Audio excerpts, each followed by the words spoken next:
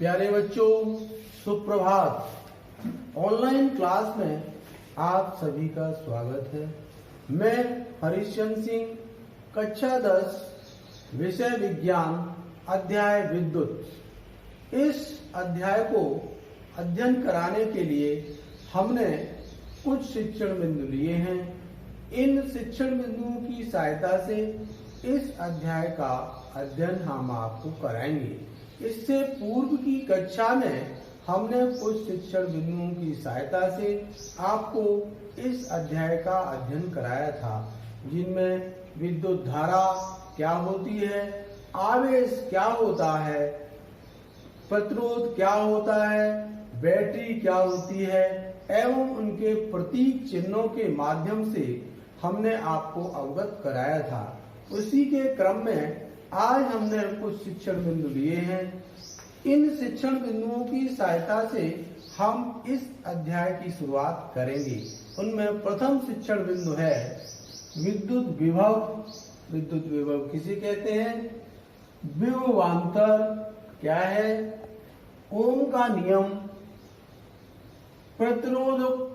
प्रतिरोधकों का संयोजन जिसका श्रेणी क्रम में समायोजन, श्रेणी क्रम में सूत्र स्थापित करेंगे। इस प्रकार से हम इन शिक्षण बिंदुओं की सहायता से इस अध्याय की शुरुआत करेंगे।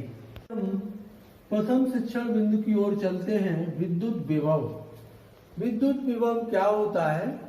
विद्युत विभव को समझने से पहले हम आपको एक उदाहरण के तौर पर, उदाहरण क्या है, जैसे किसी बर्तन में पानी लें और बर्तन में पानी को और पानी मिलाते जाएं तो पानी देखेंगे कि उस बर्तन में जो पानी का तल है वो कैसा होता जाएगा? ऊंचा होता जाएगा। पानी का तल ऊंचा होता जाएगा। इसी प्रकार से बर्तन के पानी में पानी को हम ऊष्मा दें और ऊष्मा देते देते एक बार ऐसी स्थिति आएगी कि ऊष्मा का तल भी ऊंचा होता जाएगा।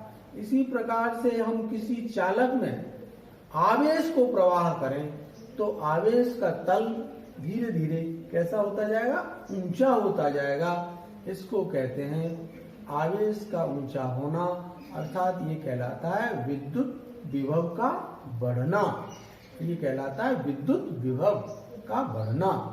इसी प्रकार से दो आवेशित वस्तुओं को लें, एक का आवेश उच्च है और एक का आवेश निम्न है। दोनों वस्तुओं को, दोनों चालकों को एक साथ रख दिया जाए तो हम देखेंगे उच्च चालक से निम्न चालक की ओर ऊष्मा प्रवाहित होने लगती है। और ये कब तक होती है? ये तब तक होती रहती है जब तक कि दोनों की ऊष्मा कैसी हो जाए? बराबर न हो जाए, तो तब तक होती रहती है। इसी प्रकार से दो बर्तन पानी लें और उनमें एक पाइप लगा दें और पाइप एक बर्तन से दूसरे बर्तन में रख दें तो आप देखेंगे जो उच्च तल वाला बर्तन है उससे पानी निम्न तल वाले बर्तन की ओर जाता है। ये हमने इसको समझाने की कोशिश की है। अब इसकी परिभाषा किस तरह से लिखते हैं? विद्युत विभव एकांक धनावेश को अनंत से किसी बिंदु तक लाने में किया गया कार्य उस बिंदु पर विभव की माप है। उसी को विभव भी कहते हैं। एकांक आवेश, मान लीजिएगा ये है हमारा कोई बिंदु A और ये हमारा बहुत दूर बिंदु है B। इस पर आवेश की मात्रा है और वो कैसी है? Q। आवेश की मात्रा A पर कैसी है? Q मात्रा है। और यहां से Q की मात्रा यहां तक जब किसी वस्तु को लाया जाएगा तो इसके द्वारा क्या होगा? कार्य होगा। किसी चीज को स्थानांतरित किया जाएगा, एक स्थान से दूसरे स्थान पर लाया जाएगा तो उसके बीच में स्वाभाविक है, आप जानते हैं कि कार्य होगा। तो कार्य जो होगा वो यहां तक आने में उसको कहते हैं विभव। क्या कहते हैं? विद्युत विभव। अर्थात विभव को हम V के द्वारा प्रदर्शित कर दें। किसके द्वारा? V के द्वारा प्रदर्शित कर दें तो एकांक आवेश Q है और उसके द्वारा किया गया कार्य W है, तो इसके लिए सूत्र का निगमन है V = W/Q बराबर क्या होगा W/Q। अच्छा, W का मात्रक आप जानते हैं, W का मात्रक क्या होता है, जूल होता है, ठीक है, जूल। आवेश का मात्रक कूलाम होता है, कूलाम, या इसको कहते हैं वोल्ट। इसका मात्रक हो गया विभव का मात्रक, विद्युत विभव का मात्रक क्या होगा, वोल्ट होगा। अब किसी कार्य का मान 1 जूल, W = 1 जूल, और उसमें आवेश 1 कूलाम हो, Q = 1 कूलाम हो, तो विभव कितना होगा, तो विभव होगा V = 1/1 = 1, और ये क्या होगा, वोल्ट। कूलाम होगा V = 1/1, अर्थात 1 जूल कार्य है और 1 वोल्ट कूलाम आवेश है, तो इसका मान 1 वोल्ट प्राप्त होता है। इस प्रकार से विद्युत विभव को हम ज्ञात कर सकते हैं। लगाएंगे। अगला बिंदु है विभवांतर, पोटेंशियल डिफरेंस। डिफरेंस का अंतर, दो बिंदु होते हैं, हमने दो बिंदु कोई ले लें, ए और बी कोई बिंदु ले लिए हमने, यहाँ पे परिपथ में, किसी परिपथ में ए और बी दो बिंदु ले लिए हैं। ये मेरा परिपथ है, ये बैटरी है, यहाँ पे ये बैटरी है, और ये है कुंजी है। जब कुंजी लगाते हैं तो बैटरी से धारा प्रवाहित होने लगती है।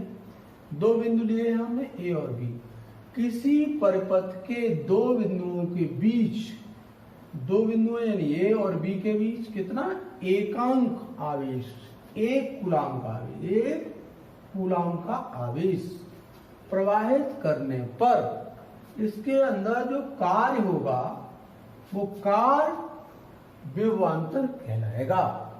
परिभाषा, किसी परिपथ के दो बिंदुओं के बीच एकांक आवेश को प्रवाहित करने में किए गए कार्य को उन बिंदुओं के बीच विभवांतर कहते हैं। ये परिपथ है हमारा, ए बिंदु है, ये बी बिंदु है। एक जब बैटरी में कुंजी लगाई जाती है तो धारा का प्रवाह इस प्रकार से होगा, इस तरह से, ये धारा का प्रवाह होगा ए से बी की ओर। तो ए से बी की ओर जब धारा का प्रवाह होगा, कितना होगा, 1 कूलाम लिखा है। बीच एकांक आवेश 1 कूलाम आवेश प्रवाहित होता है, तो उनके बीच किया गया जो कार्य होगा वो क्या कहलाएगा, विभवांतर कहलाएगा। विभवांतर को हम V से प्रदर्शित कर दें तो V से विभवांतर, आवेश को Q से और कार्य को W से प्रदर्शित कर दें, अर्थात विभवांतर V, आवेश Q, कार्य W, तो V = W/Q। कार्य का मात्रक जूल होता है, आवेश का मात्रक कूलाम होता है, वोल्ट का मात्रक क्या होगा, विभवांतर का मात्रक क्या होगा, वोल्ट होगा। क्या होगा, वोल्ट, इसका मात्रक वोल्ट होगा। यह W का मान 1 है और Q का मान 1 है, तो V का मान कितना होगा, 1 वोल्ट होगा। यहाँ पे देखें V = 1/1 = 1 वोल्ट। इसमें प्रश्न भी आते हैं, संख्यात्मक प्रश्न भी आते हैं, कि जैसे हमने W = 17 जूल ले लिया, कोई मान ले दिया है, प्रश्न है W = 17 जूल, Q = 5 कूलाम, कहता है विभवांतर का मान ज्ञात करो। तो V इजिकल टू ज्ञात करना है, सूत्र आप लगाएंगे V equal to W upon Q, अर्थात W की वैल्यू कितनी है 17 बटे Q 5 इजिकल टू 3.4 वोल्ट। इस तरह से ये V का मान 3.4 वोल्ट आपको प्राप्त हो जाता है। इस तरह से संख्यात्मक मानों का प्रश्न हल कर सकते हैं इस सूत्र की सहायता से। अगला बिंदु है ओम का नियम, ओम्स लॉ। ओम्स लॉ, यदि किसी चालक की भौतिक अवस्थाएं, यदि किसी चालक की भौतिक अवस्थाएं क्या होती हैं? लंबाई होती है, चौड़ाई होती है, क्षेत्रफल होता है, ताप होता है, ये इत्यादि, ये सब क्या है? भौतिक अवस्थाओं में कोई परिवर्तन न किया जाए, इनकी भौतिक अवस्था में कोई परिवर्तन न किया जाए तो चालक में बहने वाली धारा I सिरों के बीच लगने वाले विभवांतर के अनुक्रमानुपाती होती है। ये ओम्स ने बताया था। क्या बताया? यदि किसी चालक की भौतिक अवस्थाएं लंबाई, क्षेत्रफल, ताप आदि में कोई परिवर्तन न रहे, अपरिवर्तित रहे, अर्थात लंबाई, क्षेत्रफल, ताप कैसे रहे? अपरिवर्तित रहे, तो चालक में बहने वाली धारा कौन सी है? धारा I चालक के बीच, सिरों के बीच लगने वाला क्या विभवांतर, उसके अनुक्रमानुपाती होता है। यह ओम का नियम है। अब मान ले विभवांतर को हम V से प्रदर्शित करें, विभवांतर को V से प्रदर्शित करें, धारा को I से प्रदर्शित करें, तो ओम्स नियम क्या कहलाता है? ओम्स नियम क्या कहलाता है? V अनुक्रमानुपाती I होगा, V अनुक्रमानुपाती I होगा, या V upon I equal to नियतांक,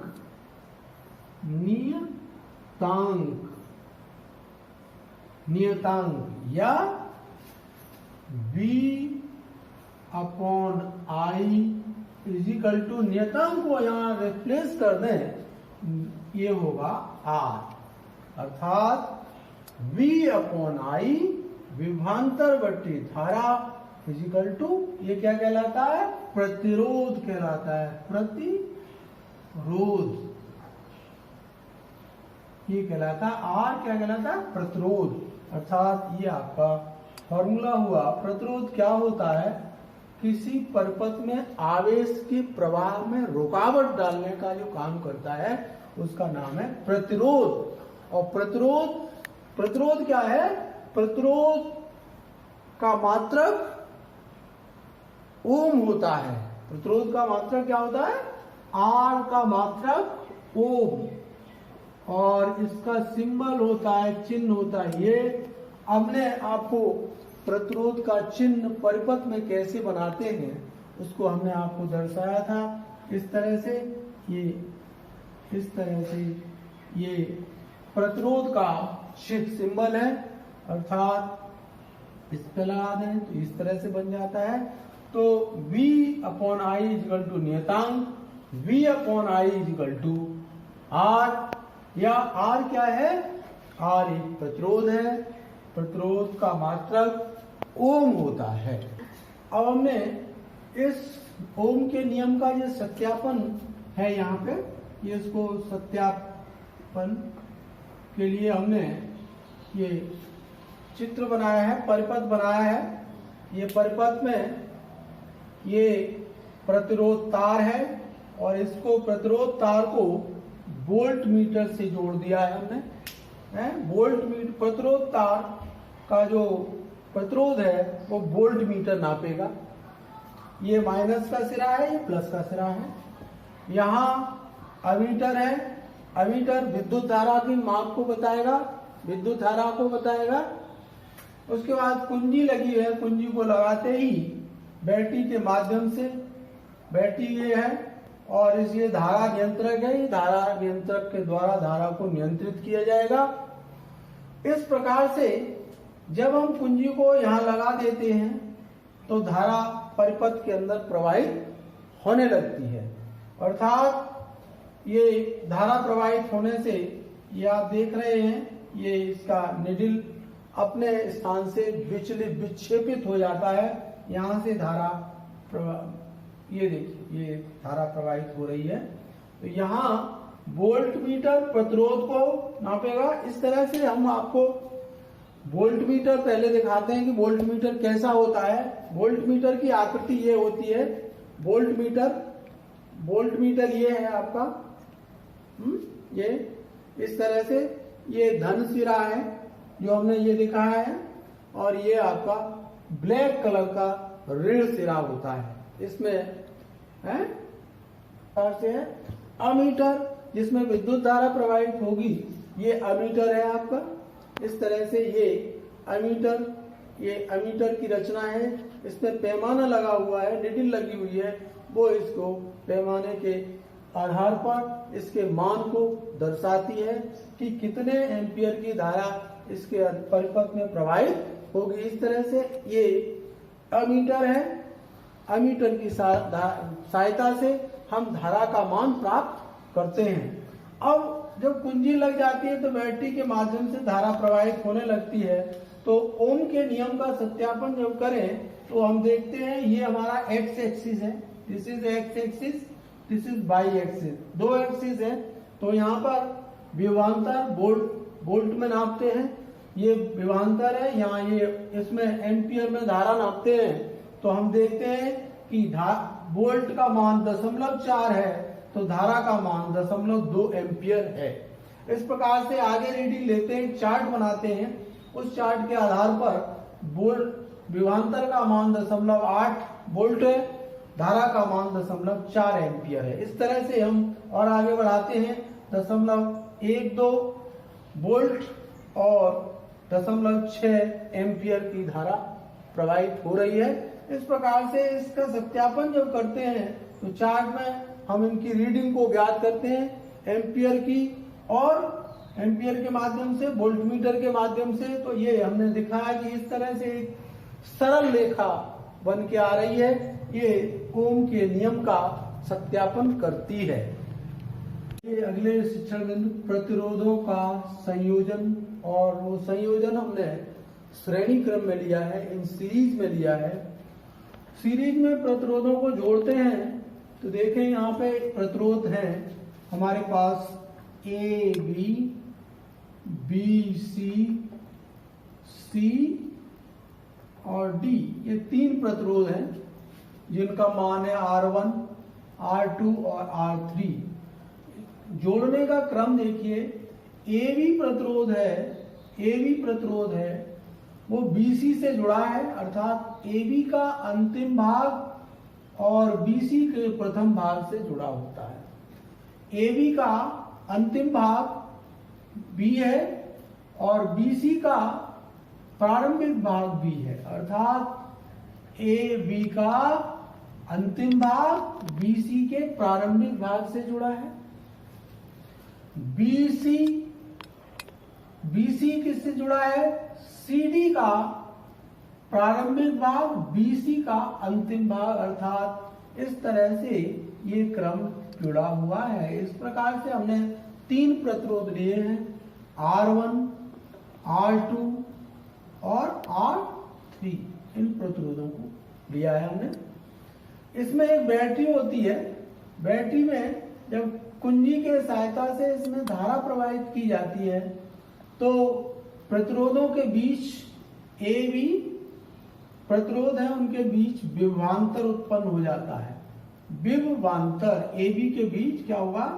विभवांतर होगा, विभवांतर उत्पन्न हो जाएगा, अर्थात AB के बीच विभवांतर का मान होगा, AB के बीच विभवांतर का मान होगा V1। प्रतिरोध का मान AB के बीच होगा R1 और विभवांतर का मान होगा AB के बीच V1। इसी प्रकार से BC के बीच प्रतिरोध का मान है R2 और BC विभवांतर का मान है V2। CD में प्रतिरोध का मान हमने दर्शाया है R3 और CD विभवांतर का मान है V3। इस प्रकार से बैटरी के माध्यम से इसमें विभवांतर के मान ज्ञात कर लेते हैं। जोड़ने का क्रम आपने समझ लिया। अब इसमें प्रतिरोध विभवांतर के बीच ओम के नियम का अर्थात ओम के नियम का पालन करेंगे। यहाँ पे पूरा प्रतिरोध क्या आ गया, कुल प्रतिरोध कितना होगा, कुल प्रतिरोध कितना होगा, R1 plus R2 plus R3। ये कुल प्रतिरोध का कुल मान R1 plus R2 plus R3। इसी प्रकार से कुल विभवांतर कितना होगा, V1 plus V2 plus V3। इस प्रकार से प्रतिरोध और इस प्रकार से विभवांतर हम प्राप्त कर लेते हैं। ओम के नियम के अनुसार V1 I R1। AB के लिए, इसके लिए ओम का नियम के अनुसार V1 विभवांतर, विद्युत धारा और प्रतिरोध का गुणनफल। इसी प्रकार से V2 I R2। V3 के लिए V3 I R3 प्राप्त होता है। V का मान हम ज्ञात कर सकते हैं, V1 plus V2 plus V3। V1 plus V2 plus V3। यहाँ पे ओम के नियम के अनुसार V I R ओम का नियम। यहाँ पे V1 की वैल्यू रखें I R1 plus I R2 plus I R3। यहाँ कॉमन है I common, R1 plus R2 plus R3। I से I R कॉमन, I से I कैंसिल हो जाएगा। अतः A D के बीच प्रतिरोध होगा R1 plus R2 plus R3। इस प्रकार से श्रेणी क्रम में समायोजन करने पर प्रतिरोध का मान R1 plus R2 plus R3 प्राप्त होता है। R का अर्थ है प्रतिरोध, प्रतिरोध का मात्रक ओम होता है। इस प्रकार से हम इनके संख्यात्मक सवाल भी कर सकते हैं। इस प्रकार से एक छोटा सा क्वेश्चन आप देखेंगे। ये कोई प्रतिरोध तार है, इस प्रकार से ये इसका मान 2 ओम है। A B C D इसका मान 2 ओम है, इसका मान 3 ओम है और इसका मान 4 ओम है। इस प्रकार से देखें कुल प्रतिरोध कितना प्राप्त हुआ, A to D, A से लेकर D तक कुल तुल्य प्रतिरोध कितना होगा। तुल्य प्रतिरोध, तुल्य प्रतिरोध R कितना होगा, R1 plus R2 plus R3। R1 क्या है, ये R1 है, ये R2 है, ये R3 है। इस प्रकार से 2 plus 3 plus 4 is equal to 9 ohm. इस A से लेकर D तक का तुल्य प्रतिरोध 9 ओम प्राप्त होता है। अब हम आपको आज का गृह कार्य देंगे। इसको आपने अच्छी तरह से अध्ययन किया है। गृह कार्य आपको देंगे। तो गृह कार्य में प्रश्न नंबर 1 आपने क्या क्या पढ़ा है आज? विद्युत विभव, विद्युत विभव किसे कहते हैं?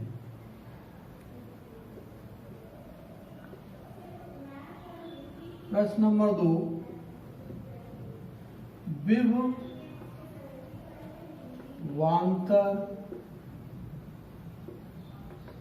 क्या है? विभवांतर क्या है?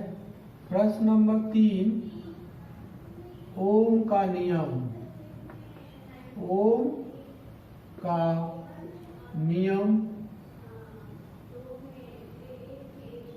क्या है?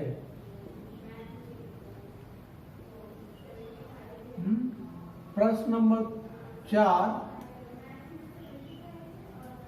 यदि किसी चालक के प्रतिरोध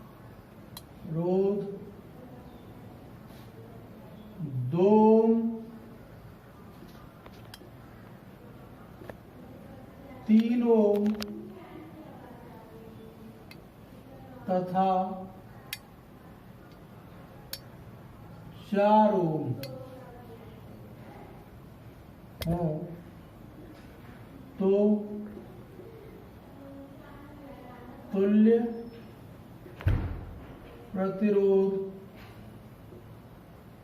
ज्ञात करो।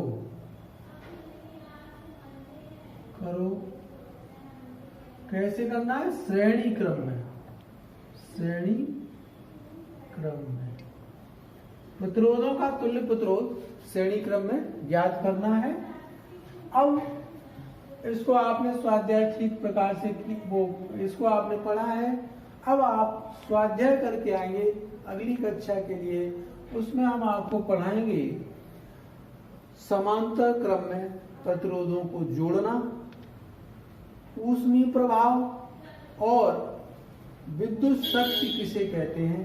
इस प्रकार से ये कुछ बिंदु हैं, इनको आप स्वाध्याय करके आएंगे जिससे आपको अच्छी तरह से समझ में आएगा। मुझे आशा है कि आज आपने अच्छी तरह से अध्ययन किया है। इन प्रश्नों का उत्तर आप अच्छी तरह से हल कर लेंगे। आज के लिए धन्यवाद।